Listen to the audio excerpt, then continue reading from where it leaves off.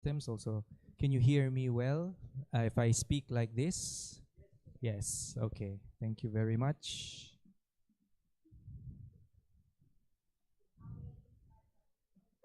Oh, thank you very much, Ibu. Terima kasih.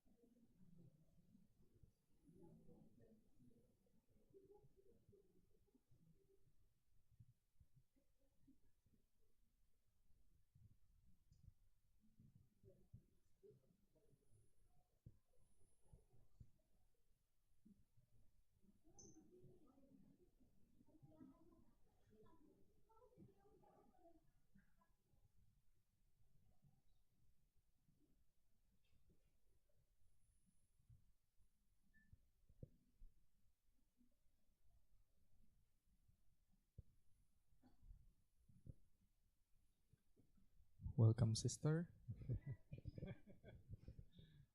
Sister Johanna. Hello.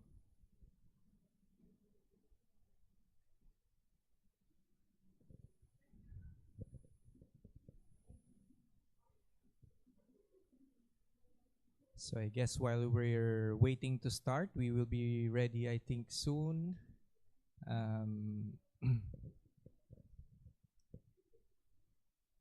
Thank you for choosing to come and be present for our little presentation for this special panel. Just waiting for some others. I think we're still walking in before we officially begin.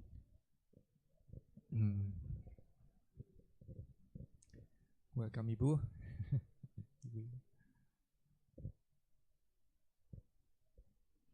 Okay. So I guess we can start. Perhaps we can start this, or what?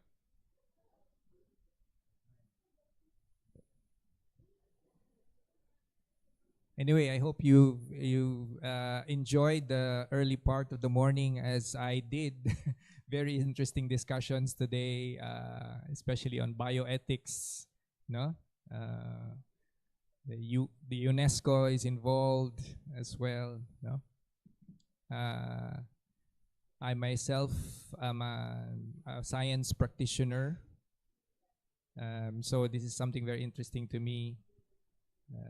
On a personal level, I'm just buying time here because I think some others are.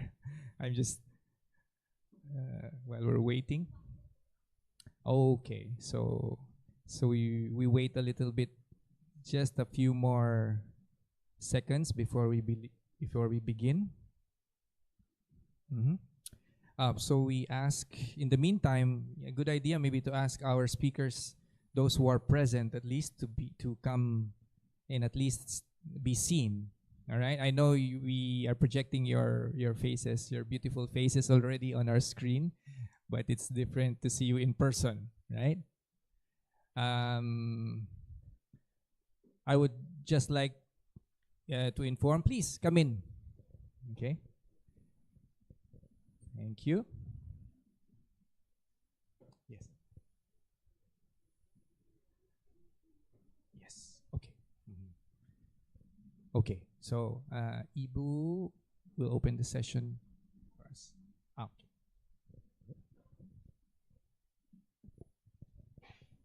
Recording in progress.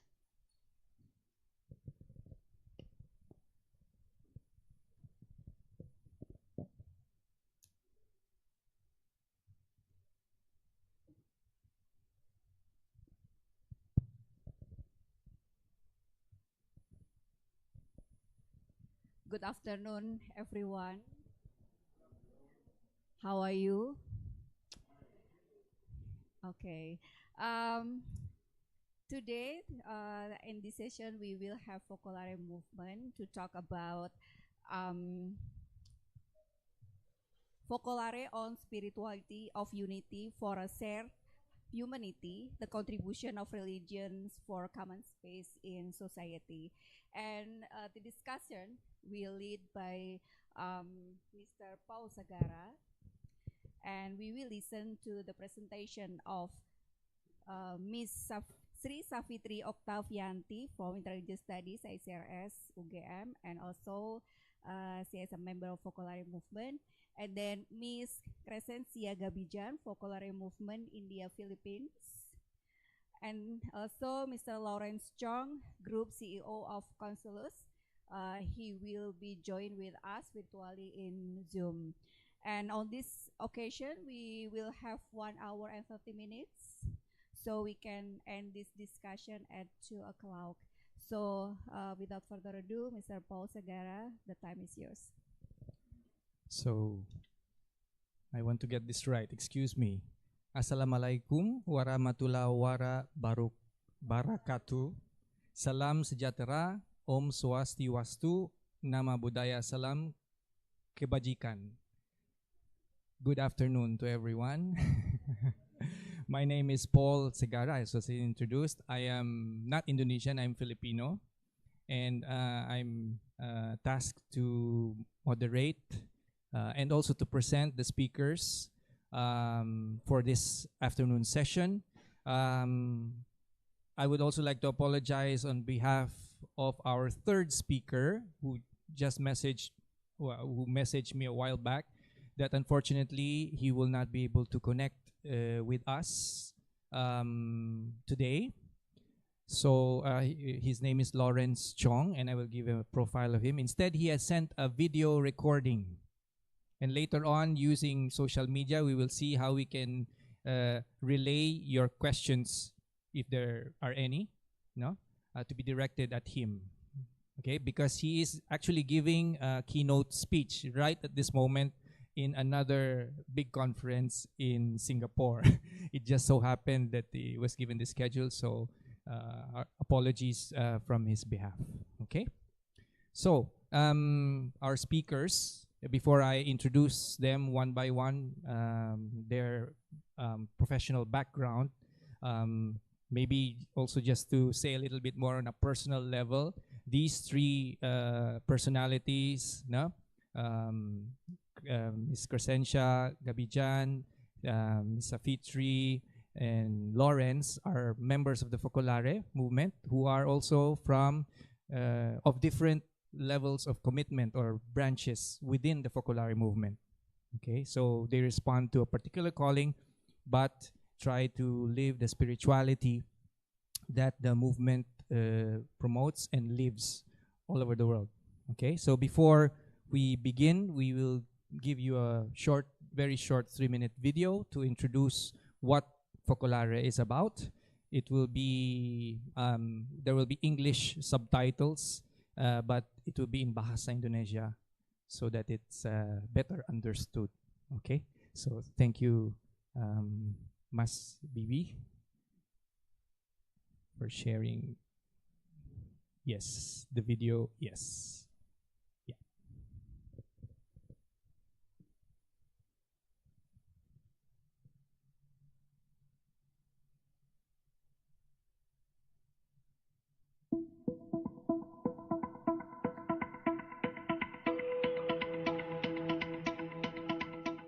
Gerakan Focolare berkarya demi mewujudkan dunia yang lebih bersatu. Kata kuncinya adalah kesatuan, dialog, berbagi.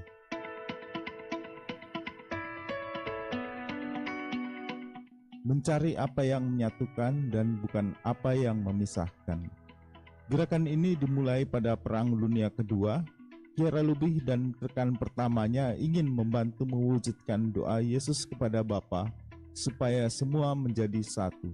Yohanes 17 ayat 21. Bahkan mimpi-mimpi kecil yang kami punya hancur. Salah satu teman saya ingin merenovasi rumahnya. Ya, hancur. Teman lain ingin menikah, tetapi tunangannya tidak pernah pulang. Kita berhadapan dengan kenyataan bahwa segalanya hancur. Semuanya sia-sia, seperti yang dikatakan kitab suci. Akan tetapi, saya merasa jika seseorang bertanya kepada saya, adakah ideal yang tidak dapat dihancurkan oleh bom? Saya mengatakan kepada teman saya, ya, ada, yaitu Tuhan. Marilah jadikan Tuhan sebagai ideal dalam hidup kita. Tuhan yang saat itu, selama perang yang merupakan buah dari kebencian, menampakkan dirinya sebagai kasih.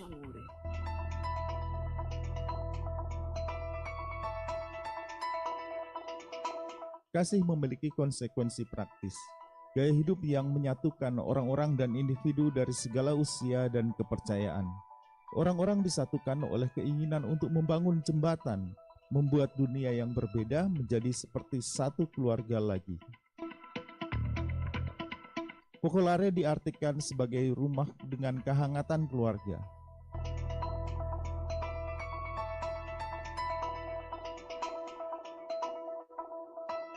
Gelombang kasih yang menyebar ke semua aspek kehidupan manusia, dari ekonomi hingga politik, dari seni hingga akademi, dari kesehatan hingga komunikasi.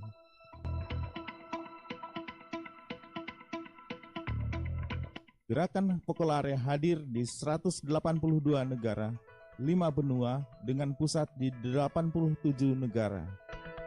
Kita mencoba untuk memahami apa yang Tuhan inginkan tanpa mengetahui apapun, baik siapa yang akan menjadi bagian darinya maupun bagaimana penyebarannya. Kita tidak tahu apa yang akan terjadi. Kita berusaha mengikuti Tuhan. Tuhan mewahyukan dirinya. Ia memberitahu kita bagaimana menjalankan Injil secara mendalam. Ia memberi kita spiritualitas yang bersifat individual dan kebersamaan secara simultan. Tuhan memberitahu kita bagaimana membangun gerakan ini. Tuhan melakukannya. Ini adalah karya Tuhan.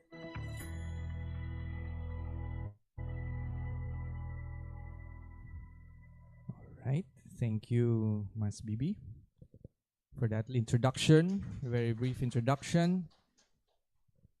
Okay. Is there anything that the war cannot destroy?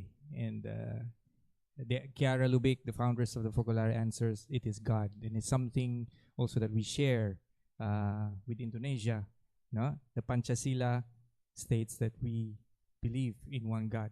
In the Focolare, we believe that He is love. And so every action that we do is a consequence of that belief.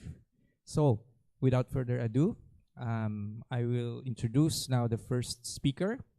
As our friends here take their seats, there's still some over here.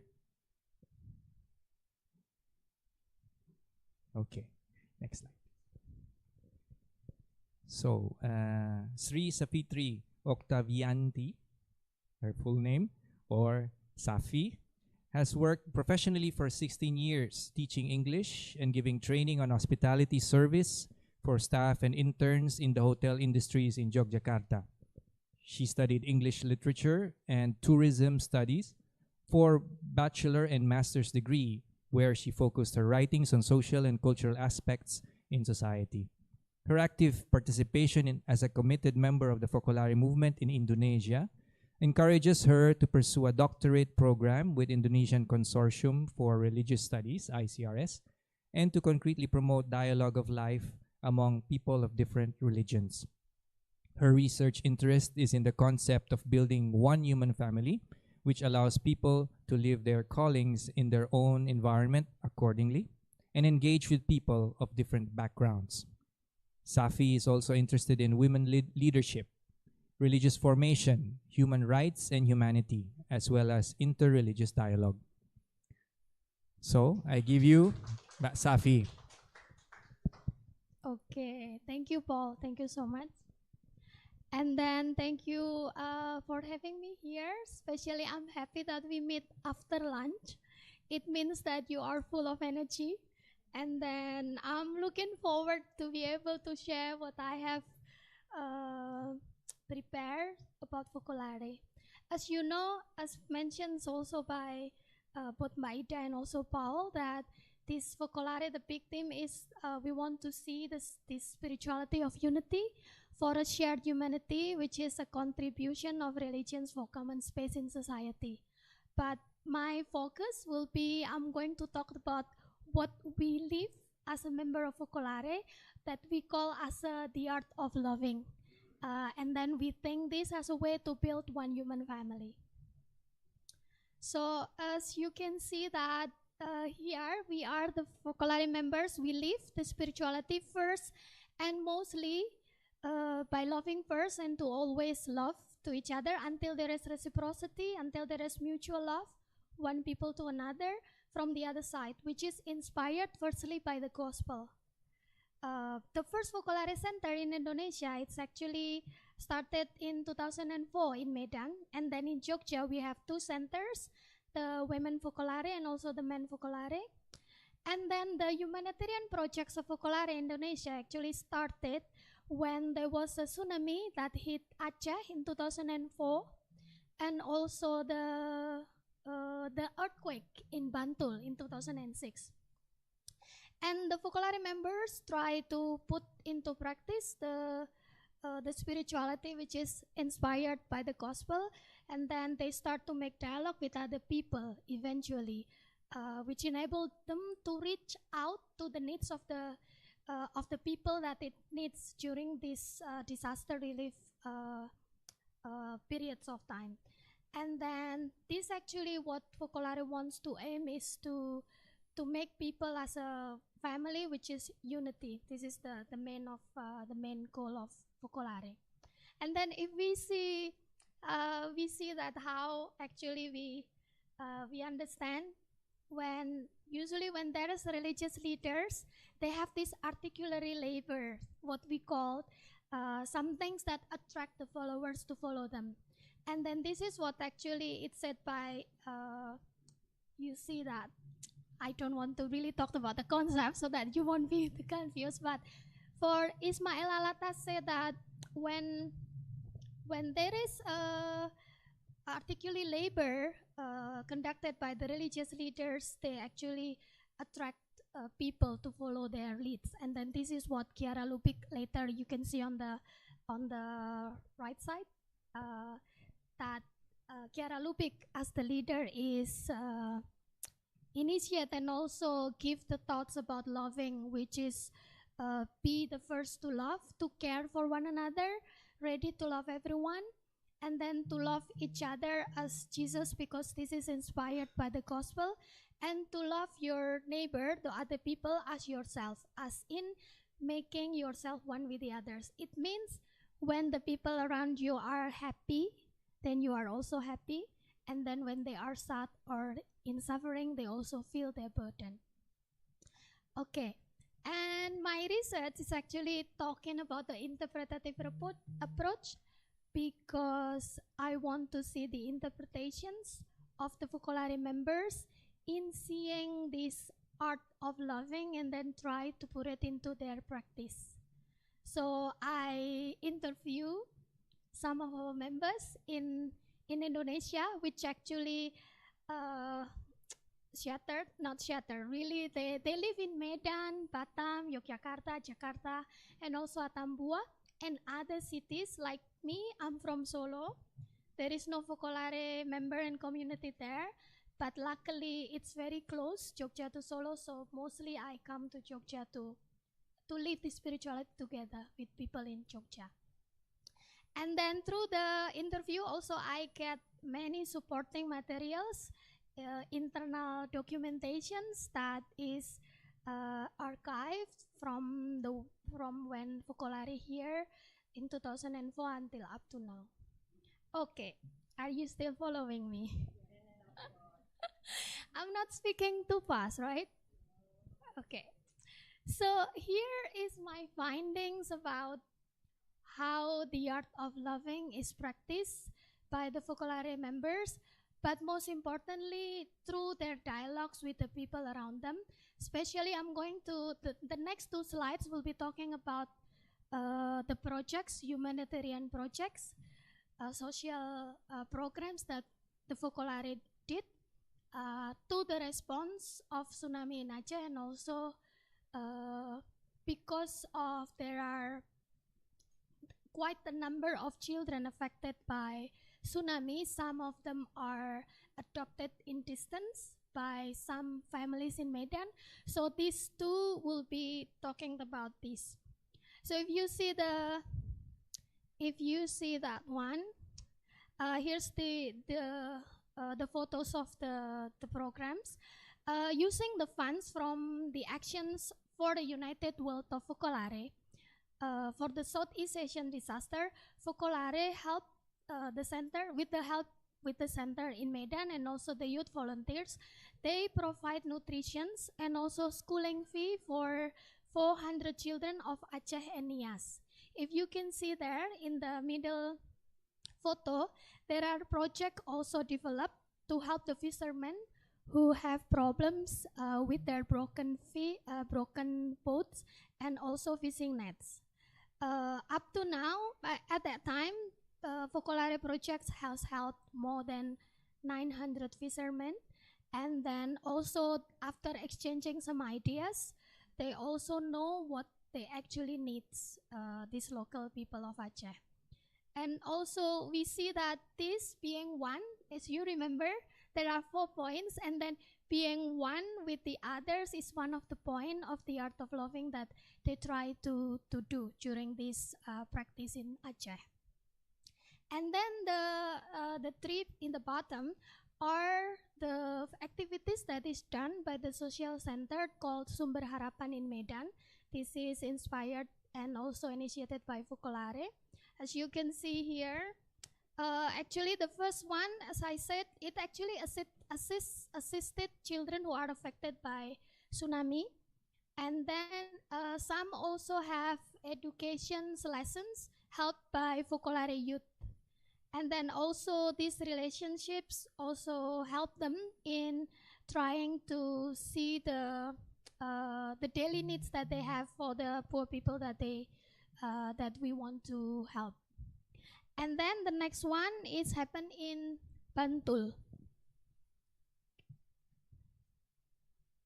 In Bantul, the tsunami is in 2004, and then with the constructions of pendopo in Bantul, with the help of this fund as well, we helped in construction for the constructions of 22 pendopos, which is the open hall.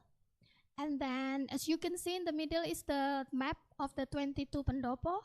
And then in the below, after seeing the needs of the local people, we also help them with the human education course for the students. And then it's called the study course program in Yogyakarta, where we also sometimes invite them to do outdoor activities. The next one will be the events called Run for Unity. This is actually like an event basically done in May. And then there are many activities that is done by the youths.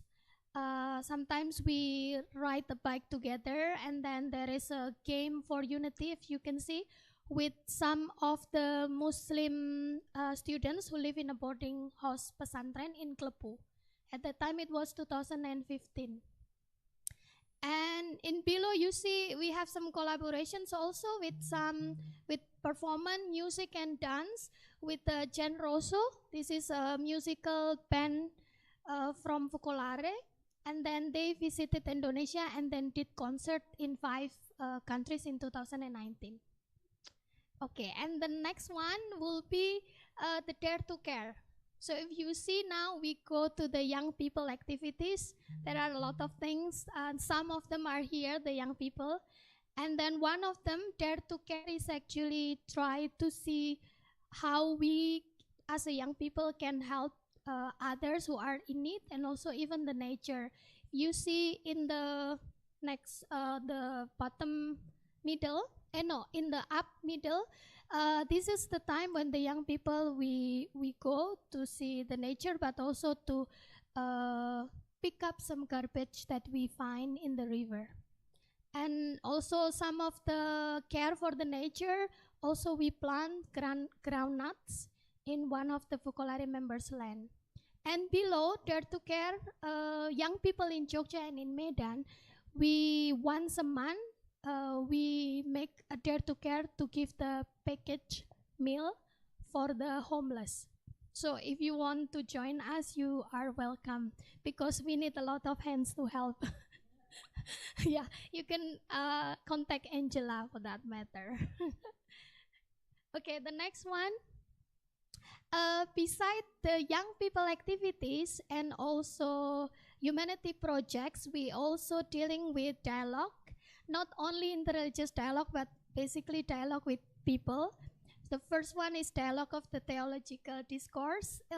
As a matter of fact, in 2015, actually, one of our Focolare members, a professor from the Sofia University of Focolare in Florence, he was invited to speak about piety in the very same hall, in the auditorium.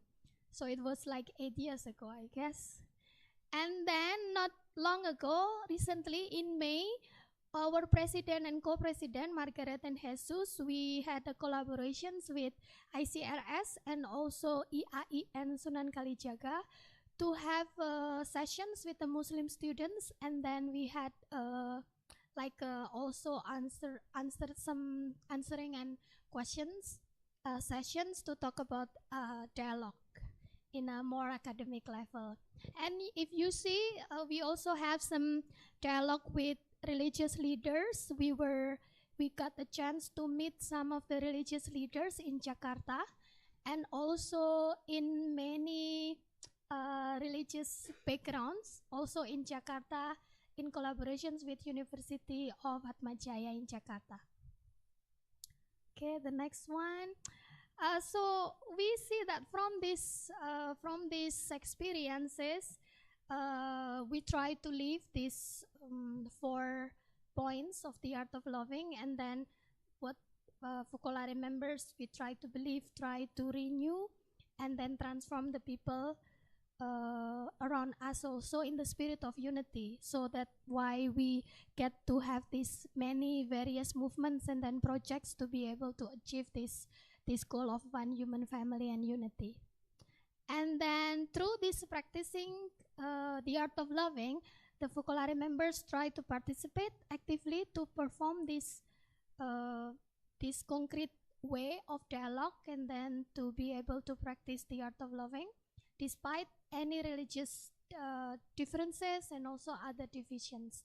So by being a member of the one family, these members of Focolare make efforts daily to reach out for humanity, and then try to be the first to love everyone, loving one another, and making oneself one with the others. So I want to conclude with one quote, one saying. But before that, I will just see here.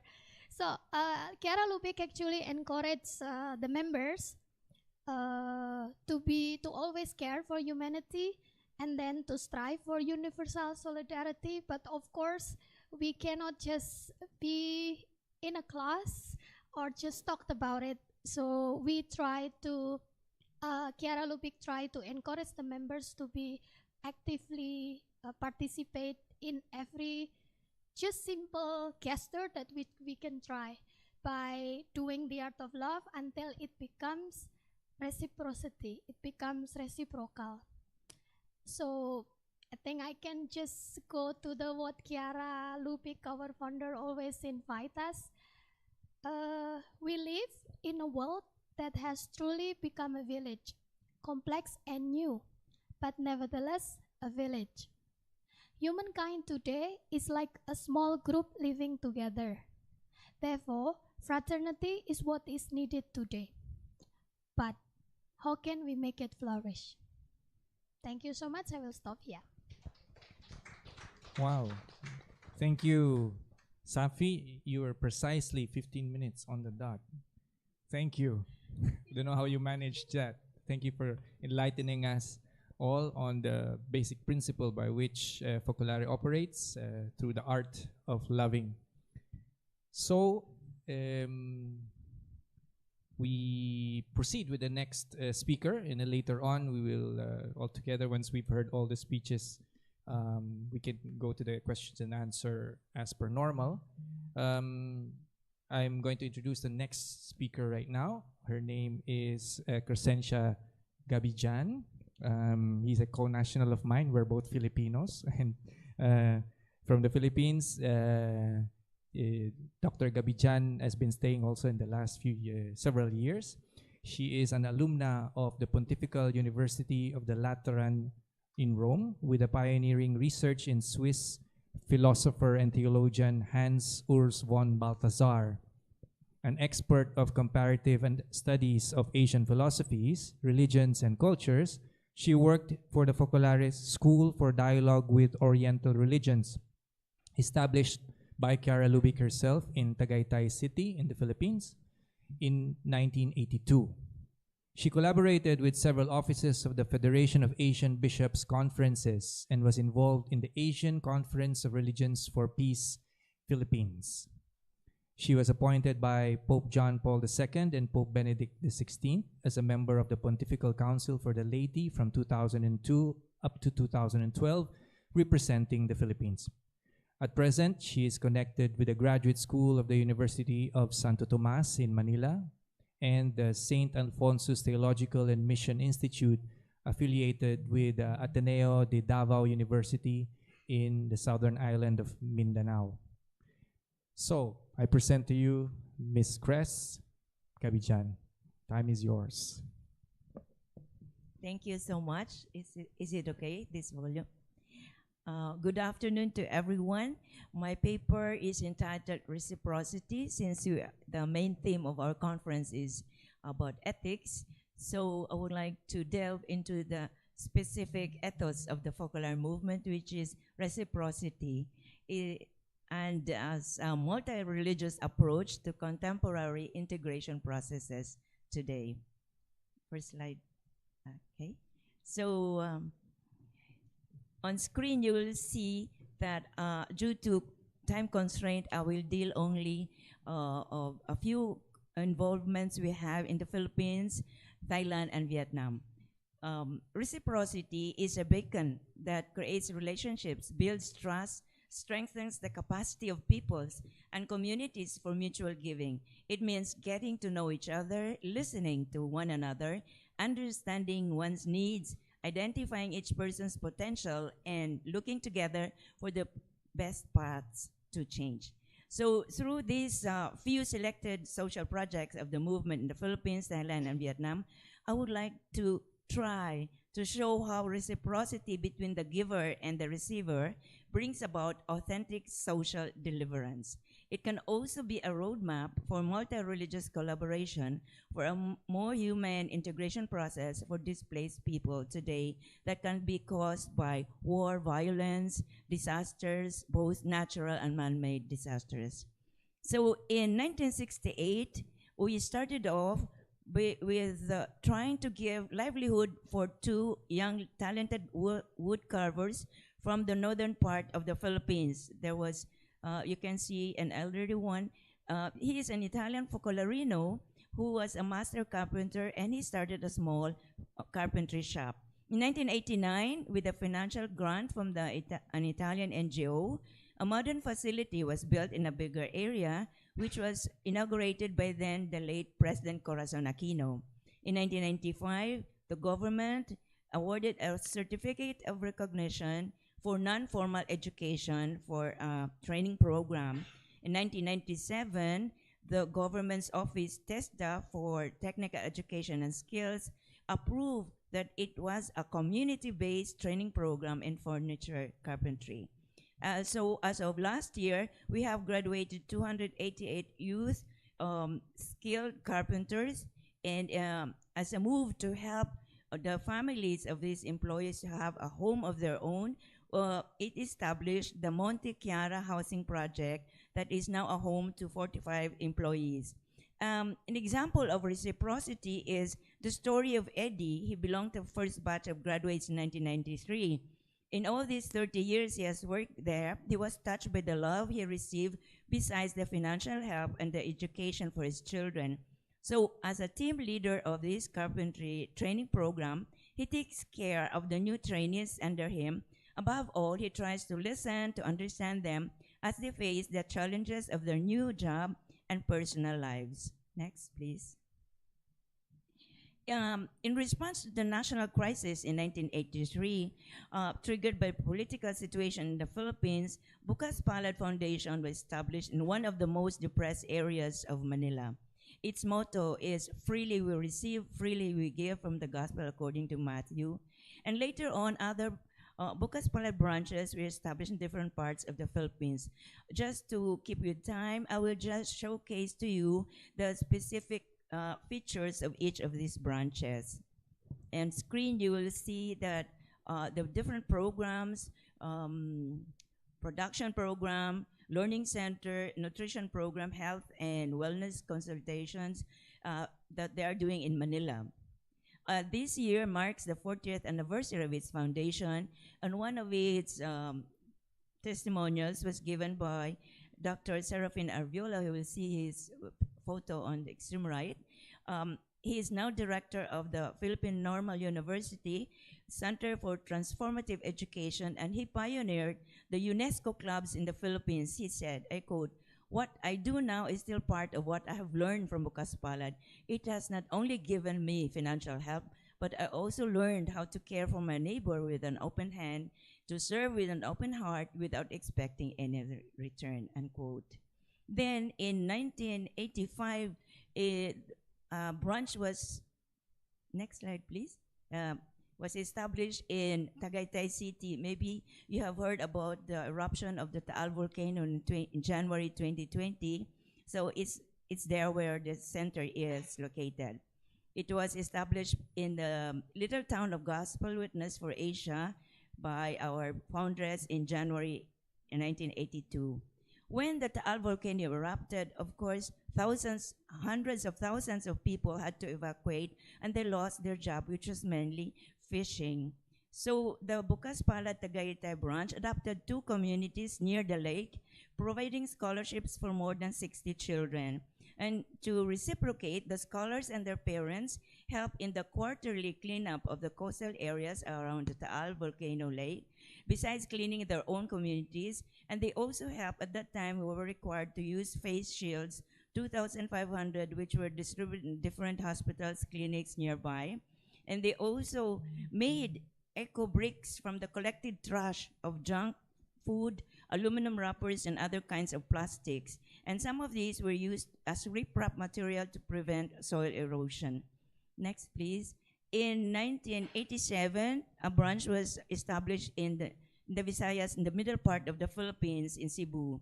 A characteristic of this branch is the Ate Kuya initiative. It's a Filipino term of respect for the elder sister and brother among siblings in a family.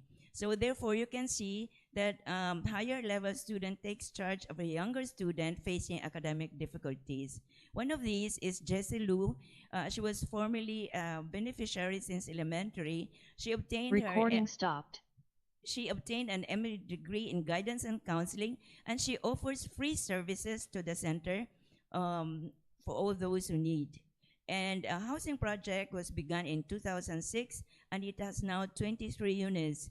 A characteristic of this branch is the urban gardening project, and during the pandemic, they were able to eat fresh vegetables to feed their own families. A very good example of reciprocity is the case of Bonifacio. He was former drug addict, but his life changed when he met the spirituality of this movement. As a result, the city government of Cebu appointed him as a drug addict recovery coach to help and support drug addicts out of jail in their rehab program. He also tries to facilitate the monthly formation among the families in the housing project, where they share life experiences and going towards the others as a community. Next, please. In 1988, the branch in the southern part of the Philippines, that's the big island of Mindanao, was opened in what was called Nicaragdao because of the dark history of violence.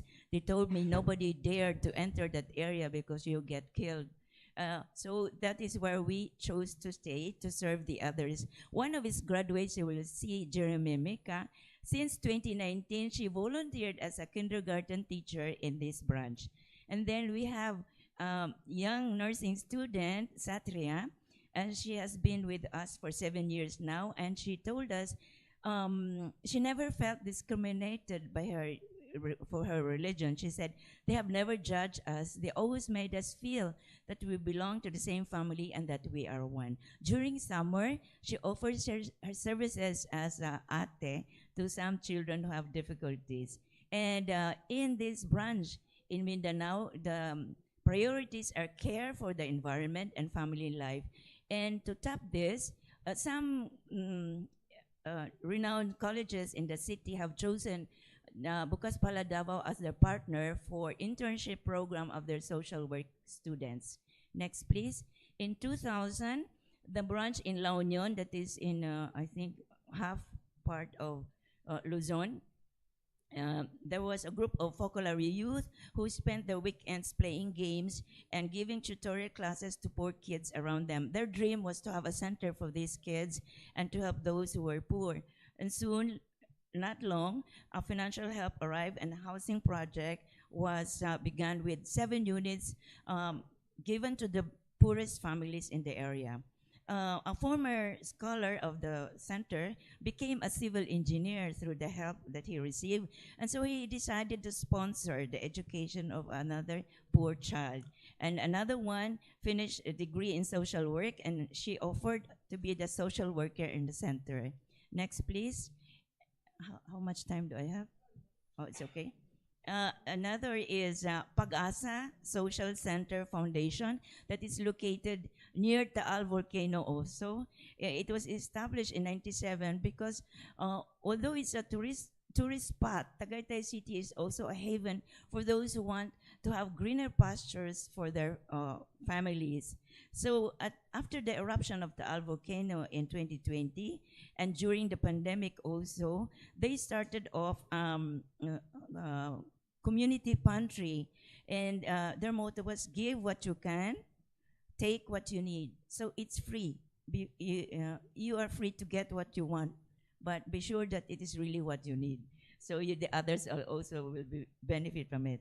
So a beautiful story is on top of the screen is the story of Richard and his family.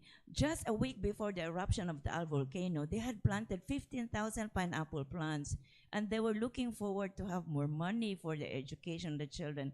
But everything was full of ash. So they were given help by Pag-asa Social Center, and to reciprocate, he shyly went and brought a heavy sack of coconuts from his farm, bitter gourd, and jackfruit. Now, this act of generosity that he did was caught by someone on, social media, and it went viral.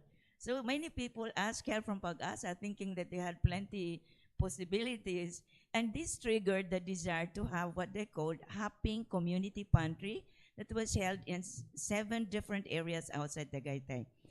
Now, there was a TV public service program that was enticed by what they saw on the Facebook, I think. And so it was featured in one of their services. And this TV program got the Excellence Award last October 8th, maybe also of this service program that they did. Now, peculiar to the Pag-asa Social Center is the fact that they have conducted a theater for youth to keep them occupied on Saturdays, no? So now they are 50 among regular and associate members, and they create their own productions. And recently, in response to the rising youth addiction to social media, Pag-asa ventured into what they call Team Pag-asa Basketball Program. The goal is to play basketball, not to win the game, but to win a friend. As of present, there are 70 kids ages 7 to 12 who have enrolled for this program. And then just this January, an NGO from Germany offered to partner with Pag-asa by putting up a solar system that saves a lot of money for electrical bills. But above all, it benefits hundreds of families around it, and also communities that even if they don't belong to the program. And to tap this recognition, last year, the regional social network chose as president of their network as their chairman, the president of the Pag-asa, because of the credibility and capacity that Pag-asa shows in handling projects. The transparency and accountability is very important in funding. Next, please. Now we have what we call the Wave Community Project Alon along a beach in Cavite near Manila. In the late 90s, a group of mothers decided to bond together to deepen the life of the Word of God and to live it out. And around their area, 80% are mostly poor fisher folk. 1 week after the lockdown in March 2020, due to the pandemic, somebody told them that there were 50 families who had nothing to eat. So they were concerned and they put together what they had, but that was not enough. So they asked their friends from abroad, also relatives, to help them out. But the banks were closed due to the pandemic. So one of them remembered that she had saved money to beautify the tomb of her mother who just passed away recently then. And so other friends pitched in, and to their surprise, they were able to give food to 1,000 families. And then in October 2022, strong typhoon Paeng devastated their area. You can see on the left side, it's all covered with water.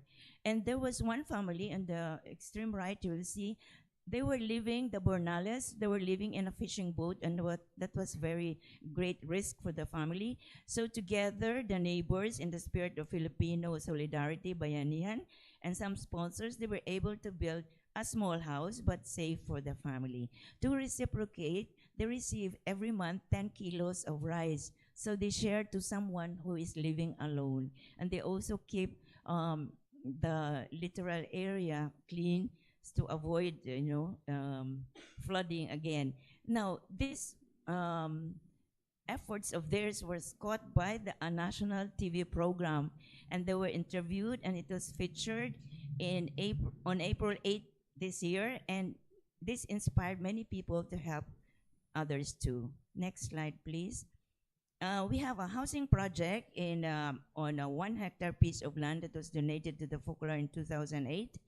And in May 2009, 50 families moved there in their new homes, and they called it Glimpse of Hope, a new beginning. No? On September 26, 2009, a typhoon Ondoy flooded Manila. And since Sulyap project is higher in level, many people rushed to seek refuge there. And even the Bukas Palad Center that's newly built was filled up. So actually, each family housed at least 5 other families who were evacuated from Manila. Then it was during this flood that they lost their first evacuee. He was only 21 years old, and he tried at the height of the flood to go back and forth in the rising water to save other people. Most probably, they said, he swallowed water infected with leptospirosis, and 2 days later, he left this world.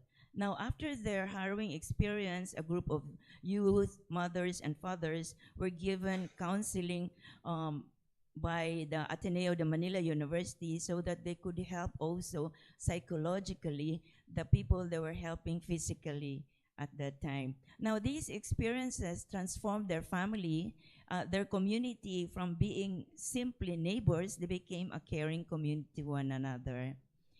Okay, the next slide, we have Philo. Next slide, please. Yeah, it's the Golden Thread Philo Doro Training Center. It was begun in 2005 in the middle part of the Philippines, Cebu City, to provide useful skills and holistic formation to out-of-school youth and street children. As of now, 13 have completed their college education, 18 have completed a 6-month upholstery training course. You can see them working, and 3 are currently continuing their senior high school and college education. Now, a core value of this center is to go the extra mile. So using social media, they were able to reconnect one of the new trainees with his birth mother who had abandoned him when he was at his birth. And then they also linked up with the drug rehabilitation program of the Bukas Palad Cebu Center.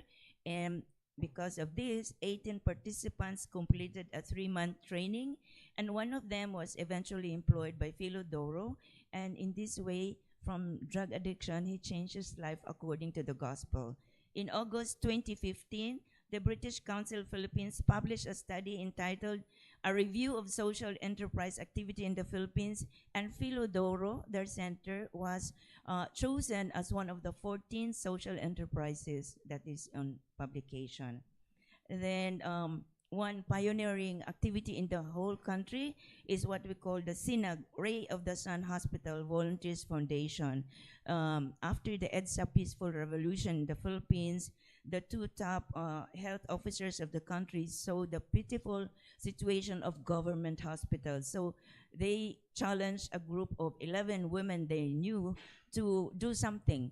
And so without much funding, they just wanted to care for those in these government hospitals. And the following year, they established the first SINAG chapter. Now, you can see on screen the different programs they have. I don't want to spend more time, but during the pandemic, on the right side, you will see they were not able to visit the hospitals, of course, no? But they were able to send food and care packs for the quarantine COVID frontliners. And they also have newborn babies who suffered from infection in these pediatric wards. So they collected donations from their friends to complete a starter kit, which means clothing, diapers, wipes, etc. And the daughter of one of them, who is staying in the U.S., was so impressed by this caring of the group that they also sent clothing for the newly born kids from the U.S. So SINAG also received cash donations, and they were able to complete during the pandemic 70 more newborn kids. And not only in the Philippines do we have projects of reciprocity, we also are spread out in Thailand and Vietnam. So there is an interfaith group of Focolare members who almost, I don't know if I'm not mistaken, every month they go to the borders of Myanmar and Thailand and also in Vietnam. And they collaborate with a Swiss group, Gocha Dopogocha, meaning drop after drop. People who want to live universal fraternity and carry Singapore, maybe you know this, to help the integration of migrants in the following places. As you can see, they have different projects, chicken raising to give the kids eggs for breakfast. And then there is a Buddhist artist who teaches painting for differentially able children, no? And then, of course, the basic needs like food, no? This is very important for them. Now, to conclude, in all the above mentioned projects, we have to note that as the migrants receive help in their difficult situations, because like in Myanmar, they are in war situation, they begin to help other people in dangerous and stressful situations. So therefore, around them, an atmosphere of reciprocity begins to flourish in their respective communities. Surely you will say the activities you mentioned are just a drop in the ocean of misery of humanity caused by forced displacement. But I would like to remind ourselves that as the master philosopher Lao Tzu said, quote, "The journey of 1,000 miles begins with the first step," unquote. So who knows, maybe some of you here would like to journey with us in these projects to strengthen reciprocity that renews relationships, environments, and structures. And together, let us create a roadmap for multi-religious collaboration vis-a-vis the challenges of a more humane integration for displaced people today. And to conclude, please allow me to share with you what Carol Lubick wrote on September 24, 1949, that perhaps can serve as a guiding lens for every human interaction. You will read on screen, I'll just read it out.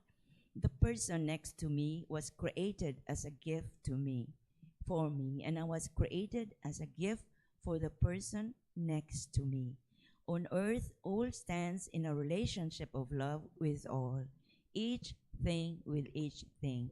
We have to be loved, however, to discover the golden thread among all things that exist. End quote. Maraming salamat po. In Tagalog, thank you very much. Thank you very much, Chris. We can see from the many activities that you presented in the Philippines that the Focolare has been around in the Philippines longer than Indonesia.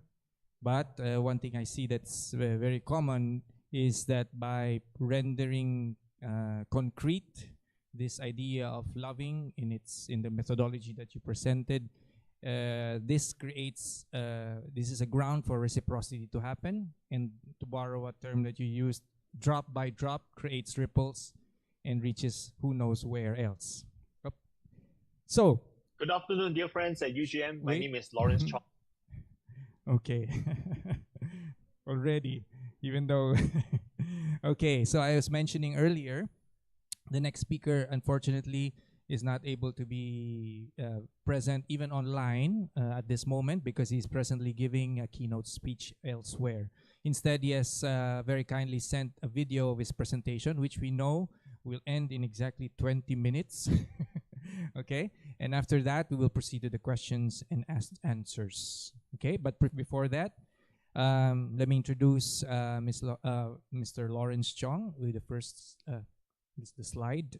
Okay, maybe I'll just read off so that it's ready. Lawrence Chong is the CEO and co-founder of Consulus. Consulus is an advisory body, a group, no? That gives consultancy to various companies. It's a recognized thought leader in innovation and strategy. A two-time TEDx speaker, he has given keynote speeches in global conferences, the one he's also talking right now at this moment, such as Innovation by Design and the World Marketing Summit, and has spoken in 30 cities such as São Paulo and Melbourne on innovation, business design, and the economy of communion, which he will be talking about today. His quotes appear in regional media such as Nikkei, Asian Review, Fortune, and his thoughts on innovation and strategy are widely followed on LinkedIn with 300,000 followers. He serves as a distinguished fellow for global economy at the Washington Institute for Business, Government, and Society. He teaches a leadership course about holistic leadership at Paul H. O'Neill School of Public and Environmental Affairs. He is the co-convener of the Economy of Communion Asia Pacific Conference. He is also a member of the Presidential Advisory Council of Singapore at the Design Business Chamber. Active in interreligious dialogue himself, he was appointed by Pope Francis also in 2020 to serve as consultor on the Pontifical Council for Interreligious Dialogue. His insights appear regularly in regional media such as The Edge, Radio 93.8, Business Insider, Marketing, Business Times Singapore, VTC or in Vietnam, Duan Nan Saigon in Vietnam, Cafe Biz Vietnam, Ceylon Today, and Brunei Times. Lawrence is Singaporean, so we have Indonesia, Philippines, and Singapore in this presentation, very international and Asian. So without further ado, we can show the video of Lawrence, Mr. Chong, and then thereafter we can open the floor for questions fielded to any of the speakers. Thank you. Good afternoon, dear friends at UGM. My name is Lawrence Chong from Singapore. It is a pity that I cannot be there with you in person, but I'm sure you have a great panel with my friends, Paul Segarra, Professor Kress, and Safi. Now, the topic at which I'm about to share with you has inspired me my entire adult life, and I'm so happy to dive straight in order to present what I've learned from this experience of building an economy for a united world.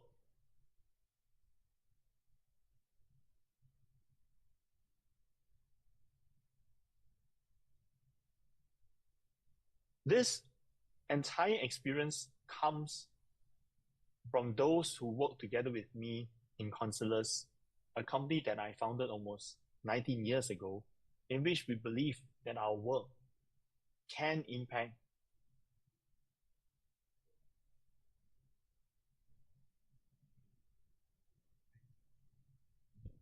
Sorry, we have to start again because we are being fed by the proceedings are being fed on streamed on YouTube. So I heard there was a technical difficulty. They were not able to see the beginning. So we'll start again. Sorry. Thank you for your patience. Good afternoon, dear friends at UGM. My name is Lawrence Chong from Singapore. It is a pity that I cannot be there with you in person, but I'm sure you have a great panel with my friends, Paul Segara, Professor Kress, and Safi. Now, the topic at which I'm about to share with you has inspired me my entire adult life, and I'm so happy to dive straight in order to present what I've learned from this experience of building an economy for a united world.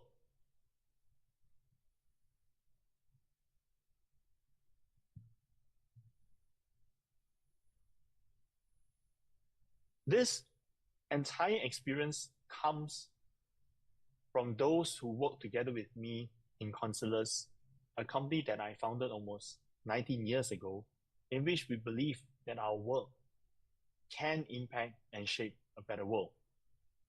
Now, I'd like to go through this presentation with you in 3 parts. First, I'd like to share with you how this spirit that was founded by Kara Lubick and her friends, which we also call the spirituality of unity, how it has inspired a new way of thought leadership that eventually became an economic theory. And I'd also like to share with you what the economists who studied the character of the economy of communion, their views about it, and eventually how did it translate into practice, which is practiced by my company, Consulars. And through our experience, I hope it can be helpful to you to understand how a plant that was studied by experts, like in a greenhouse setting, then created the possibilities to seed this in many enterprises around the world, because Consulars is just one of the 800 enterprises worldwide that tries to put in practice the ethos and the methodologies of the economy of communion. Now, UNESCO Peace Prize winner Kara Lubick was someone who greatly believed in the love of God. She found her own mission on the basis of love for neighbor. And in that whole history, which began during the Second World War, which you may have heard from my friends there, then eventually emerged as an economic theory.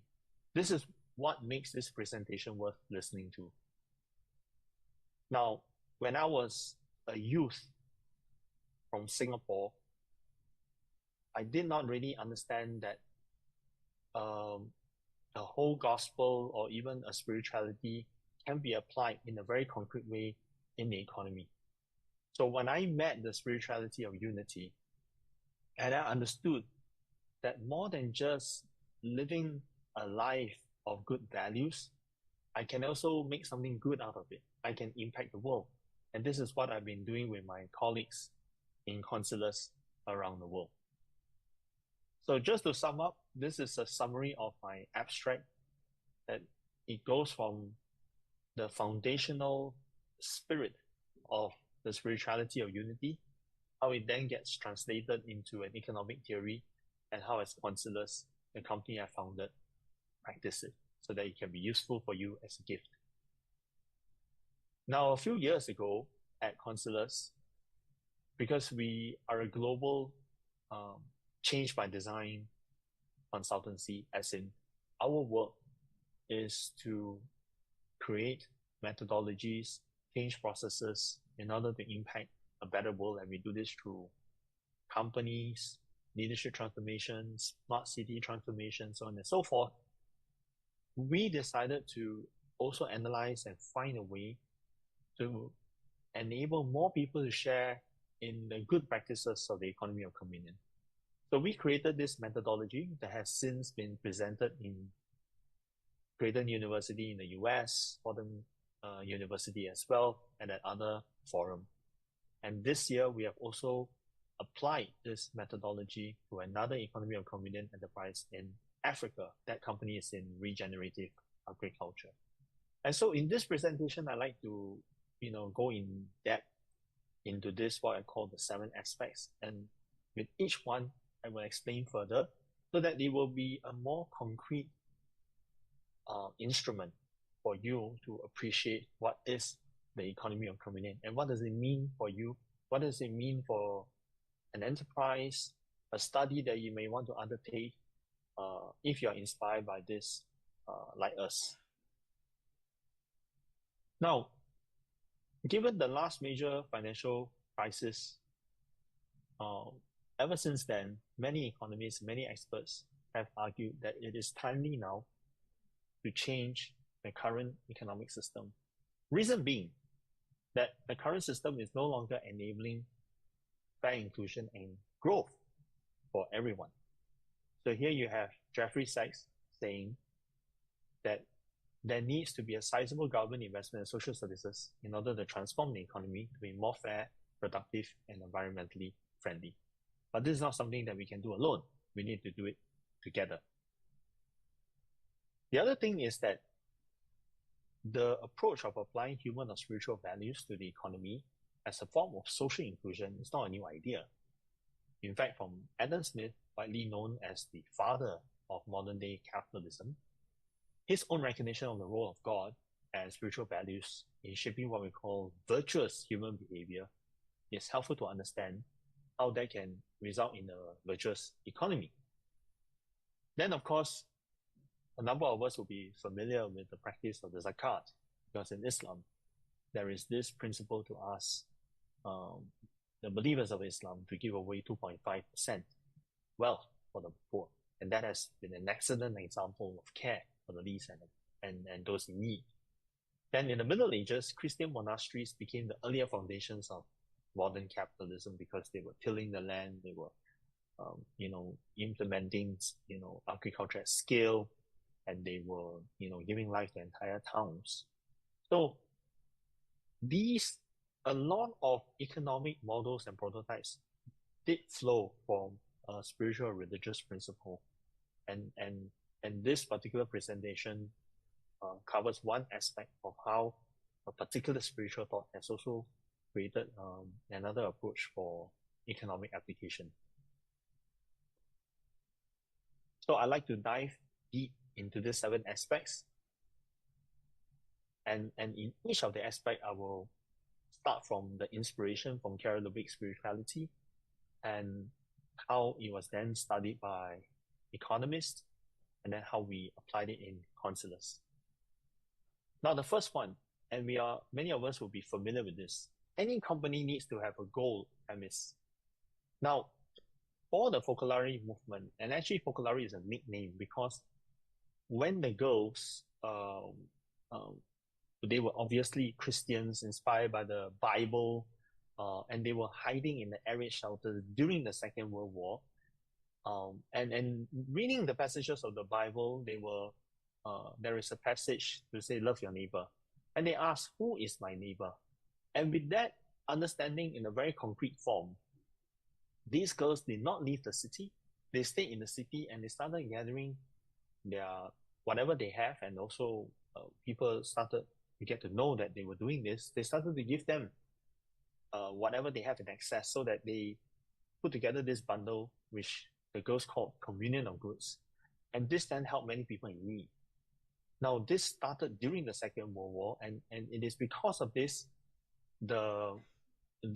wherever they went, and they went with joy to bring these goods to those who did not have a blanket, who did not have food, who did not have shoes, so on and so forth. And because they were always doing this with joy, they gave them a nickname. Because Focolare in Italian literally means fireplace. And because they brought gifts, things that people help to clothe them, to feed them, and also they did it with so much joy. So they gave them this nickname, Focolare, right? So this is how the Focolare movement was born during the Second World War. Now this practice continued until in 1991 when Carol Lubick went to Brazil, and she could see as she was flying into Brazil this great chasm between the rich and poor, because she saw the slums around the great city of Sao Paulo, and these slums looked like a crown of thorns of Jesus. And she wondered aloud whether companies other than philanthropy can actually become models of communion. That means, in the way a normal corporation exists, how can it also have a spirit of communion? So that's when, in 1991, the concept of economy of communion was born. Now, since then, many companies have adopted this, and this has been studied. So the economists who have studied these companies and the practices of these entrepreneurs have noted that it generates an entire way of life and system. Now, in Consula's case, when we ourselves were inspired by the economy of communion, we understood that our premise and goal, whatever we do, is always about shaping a better and inclusive economic system. How? By helping leaders, companies, and cities discover their better selves, by enabling them to become the difference they are meant to be from the inside out. Now, the second aspect is what we call capability and capacity. And we all know that building capability and capacity matters, but the issue is how. Now, since the Second World War, the Focolare spirit became a movement. And as it went to the ends of the earth, literally, it came to Asia, it went to Latin America, it went to Africa, so on and so forth, from Europe, once Carol Lubick explained in the spirituality of the Focolare, what truly makes it unique. It is mutual love that leads to reciprocal understanding, to sharing the fatigue of the others, to making our own the problems of the others and seeking solutions together. Now, this is significant because when the economy studied, the companies who try to live out the principle of the economy of communion, one of the first important signs is what we call the hardware. Where is the heart?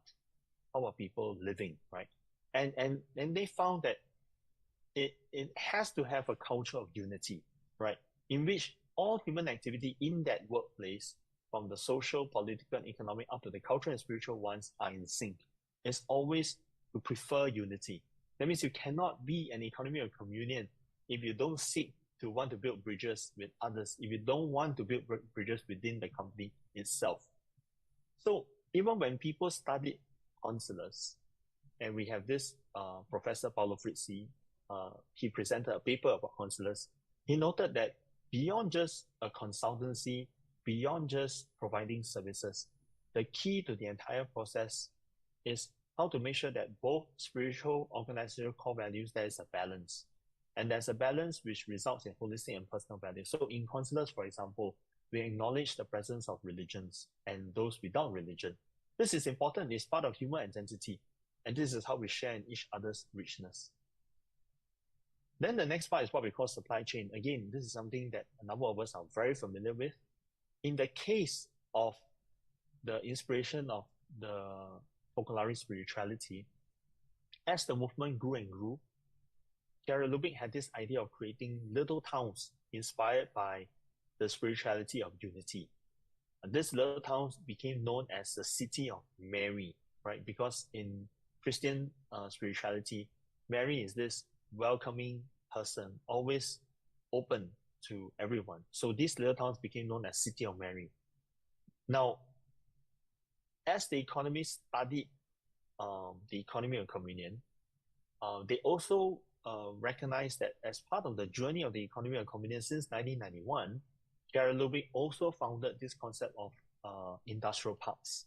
So throughout the world, there are a few places where these industrial parks of the economy of communion are being practiced, where companies inspired by the economy of communion could come together and learn from each other and support one another like an ecosystem. Now, in Consular's case, how we try to put this into practice is we don't have a land to live out an industrial park. So what we do is we initiated the creation of the economy of communion Asia Pacific, because economy of communion in Asia is still very young. It's still not as developed as Europe or Latin America. So what we wanted to do is to link all the countries together. And so we have an association based out of Manila, where we try to coordinate the work of the economy of communion in this part of the world.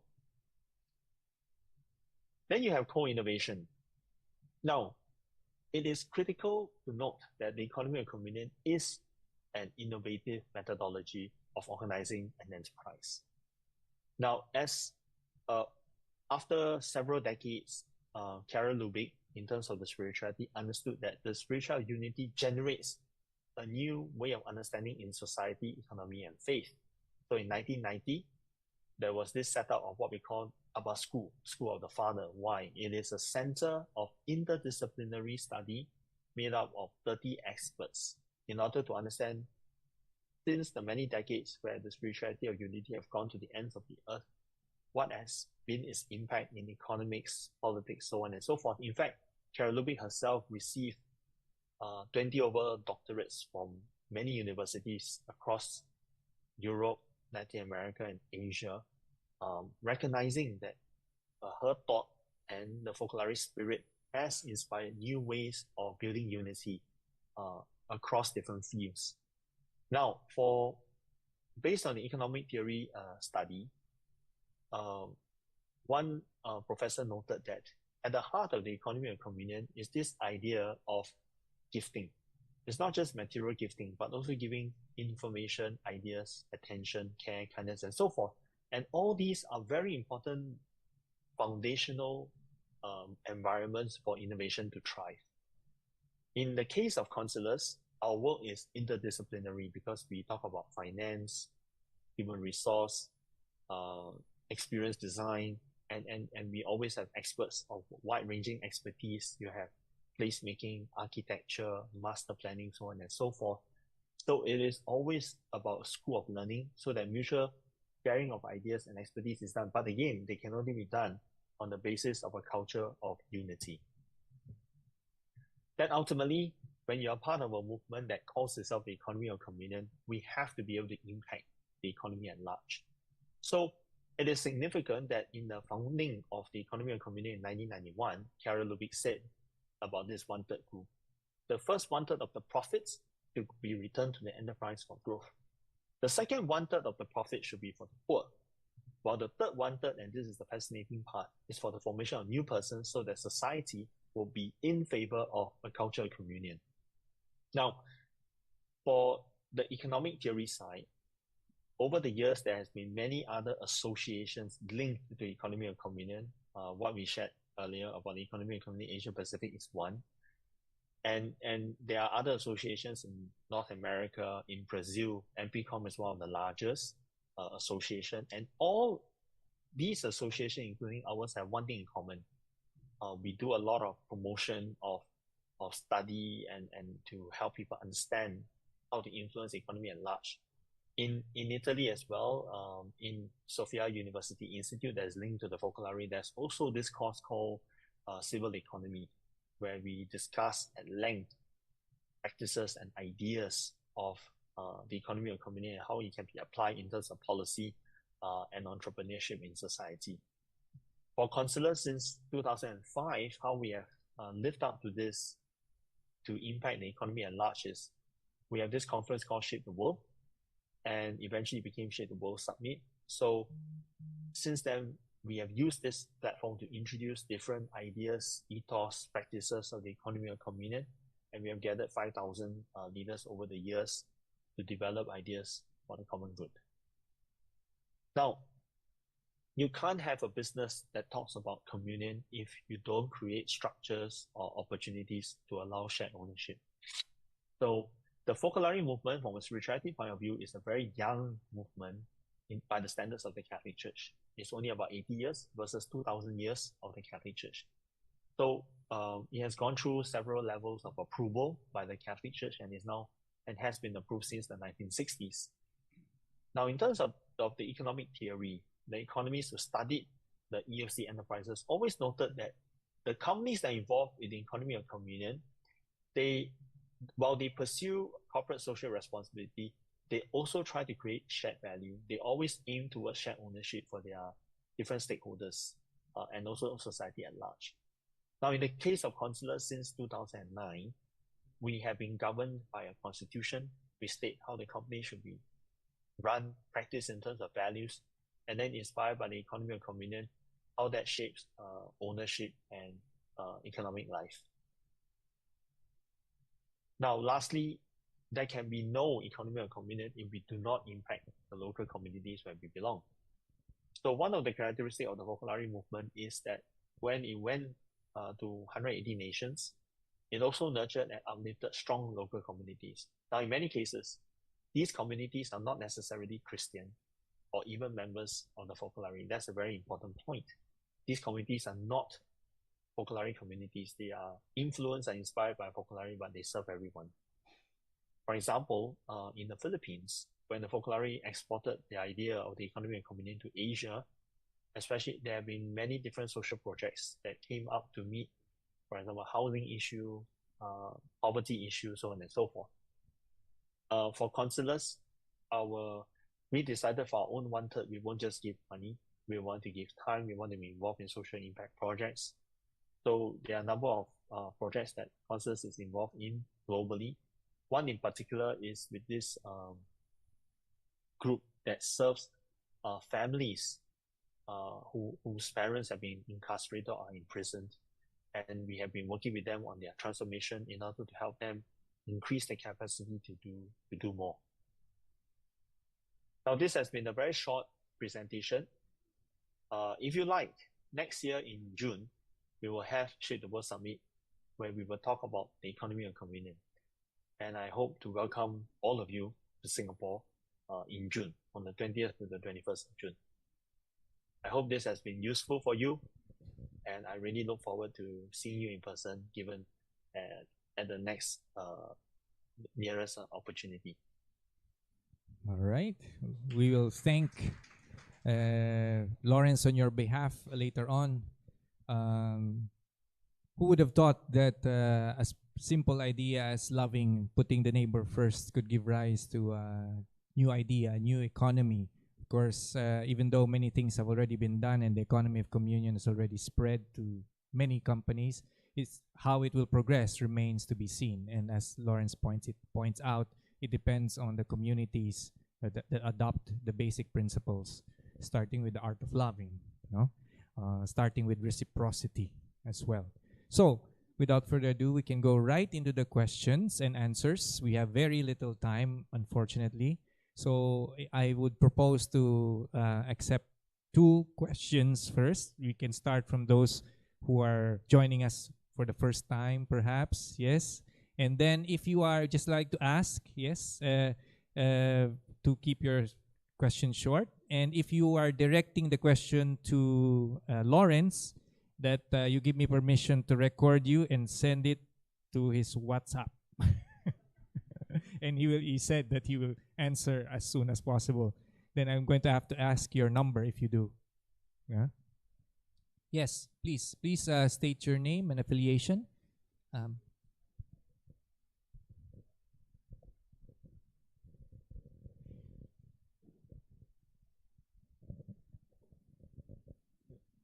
Good afternoon. Good afternoon, all. I'm very blessed in this moment. So, my name is Well. I'm from CRCS. I only have one question, but it is for the first and the second presenter. I believe that Focolare is from, it's closely related with Catholic Church. And in the Catholic Church, there is this figure that is Pope that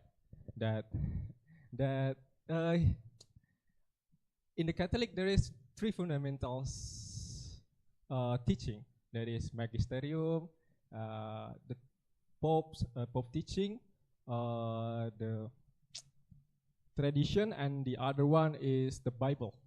Yeah, I believe that.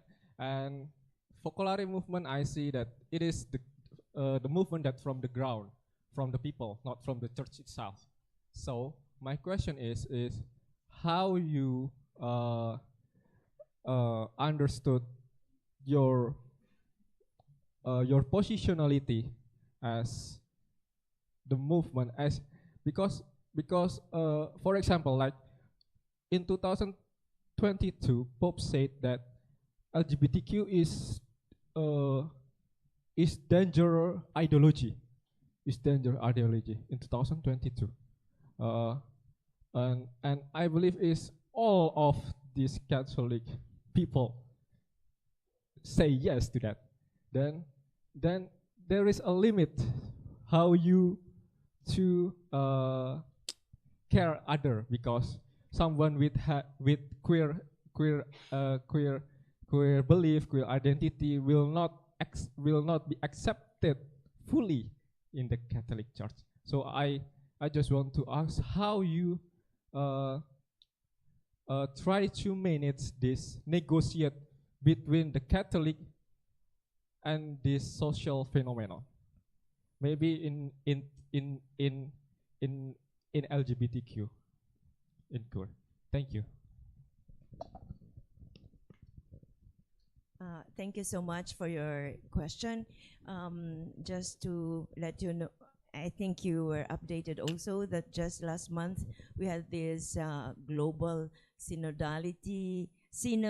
gathering of bishops with the first time many different categories of people belonging to the Catholic Church from all over the world. Also, many more women with voting power, and then also other categories. And it was in a letter to the people of God, the synod members said that the church is open to everyone. And personally, I live with someone who belongs to the Focolare. Her thesis is about how to deal with LGBTQ. And I learned a lot because the perspective of the spirituality is that we're all human beings. No, for example, the first principle I learned about dialogue is that there is a need for us human beings to open up to the other, precisely because we belong to the same family. And the other reason I've learned is that because we have a shared responsibility. We have only one home. We belong to one human ecological system, one system only. And the third one, which is very unique to the Asian context, is that we have a shared spirituality, the capacity to draw out from our own context, our spiritual possibilities. Is no other continent has this as we do. I think this is enough, no? And then we can share later. Okay. I'm sorry we're out of time, but can we still do another question? Okay. Okay, so the committee said yes. In the interest also of fairness, because there was a man who asked the question, I would like to give precedence if there are any question among the women before. Otherwise, before me. Yes. Any? Ladies? From ladies. Or Ibu at the back? Okay. Directly with the speakers. Wonderful. Okay. Thank you. Then we give the question to the gentleman at the back. Will please keep it short. Oh. And then, thank you. Actually, if some of you have questions, I can also lose these questions. My questions, first of all, thank you for Chris and Safi, especially also for Paul. My questions for Safi, because now she's doing her dissertation for this presentation. I've seen that you mentioned some findings about the art of loving, no? I think around 9 or 10. And they are all activities, and it is concrete, no? And we can see by the documentation, and maybe you can prove it with the data. And the next question, do you have some particular references for this research to support, not to make more convinced that this research can be implemented to other academic practitioners? This is my questions. Thank you. Thank you. I didn't get your name, but thank you so much. Yeah, actually, during the theoretical framework, I made comments on three things. The first one is about the articulatory labor from Ismail Alatas. He basically said that when people try to live their religious routines or maybe rituals, they actually look upon a model from their religious leaders. And then this is what actually I want to see, that what the Focolare founder Chiara Lubich is trying to articulate the art of loving into the daily life of the Focolare members. Of course, this is not with the purpose that the members will follow Chiara Lubich, because Chiara Lubich is actually see these inspirations from the gospel, which is because she's a Catholic. And then another one is about Chiara Lubich herself, the point of making the art of loving. This is actually very relevant and then very universal in all religions.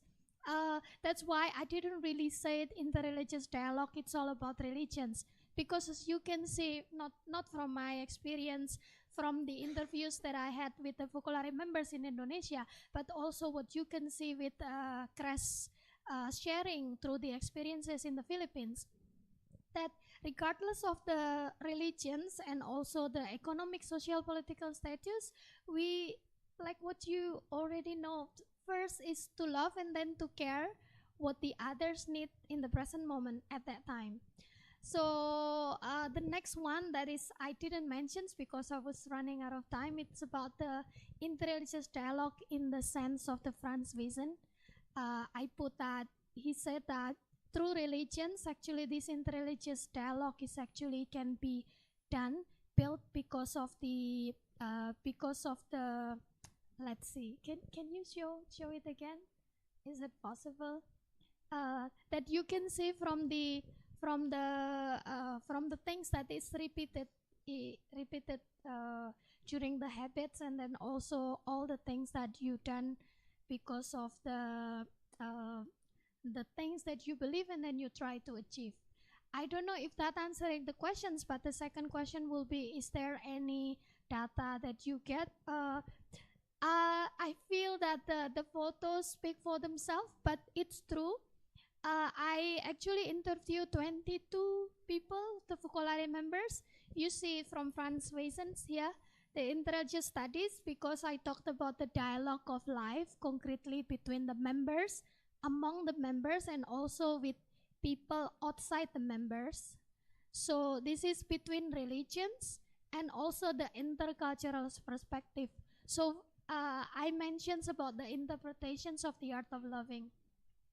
So this is what I understand. It's very interesting to see that when actually as a spirituality member, the Focolare members try to live their spirituality, but at the same time it also builds dialogue with people, and then it just show in the concrete actions, not just through only dialogues and also only trainings and then forum.